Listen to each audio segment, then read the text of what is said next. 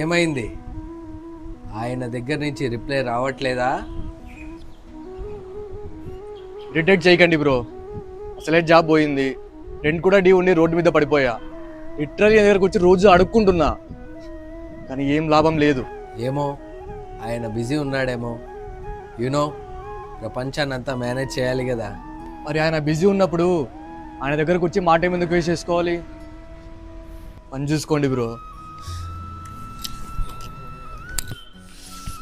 దా కూర్చొని మాట్లాడదాం.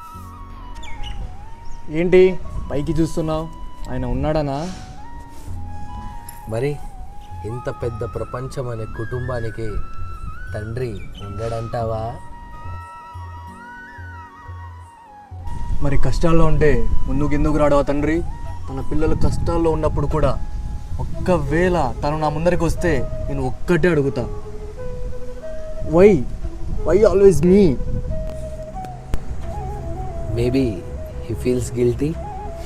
Guilty? God? ఏమో, తన పిల్లలు కష్టాల్లో ఉండడం చూడలేకపోయి రాలేడేమో. అందుకే అప్పుడప్పుడు ఒక స్ట్రేంజర్ లాగా, ఒక ఫ్రెండ్ లాగా నీ బాధలని, నీ మాటల్ని వినడానికి ఏదో ఒక రూపంలో వస్తుంటాడు. అలాంటి ఫ్రెండ్స్ ఏమన్నా ఉంటే ఇప్పుడు నా పక్క నుండి నన్ను హీల్ చేసేవాళ్ళు. కరెక్టే. అయ్యో బ్రో, తప్పుగా అనుకోకండి. నీ దగ్గర నా షిఫ్ట్ టైం అయిపోయింది. చూసావా, నువ్వు కూడా ఒక 10 నిమిషాలు నాతో ఉండలేకపోయావు. ఒంటరిగానేగా వచ్చావు. అక్కడికి ఏదో నీకోసం చాలామంది వెయిట్ చేస్తున్నట్టు. అలాగే అనుకో. నేను ఎప్పుడు నీ మంచే కోరుకుంటా. ఏం జరిగినా సరే మన మంచికే అనుకోవాలి.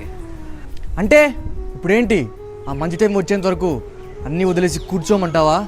అన్నీ కాదు, కొన్ని. నీ నెగిటివ్ మైండ్ సెట్, నీ ఓవర్ థింకింగ్, ఇవి.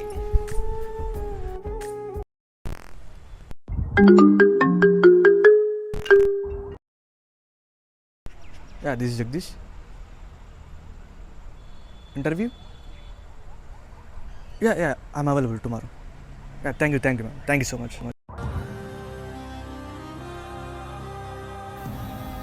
బ్రో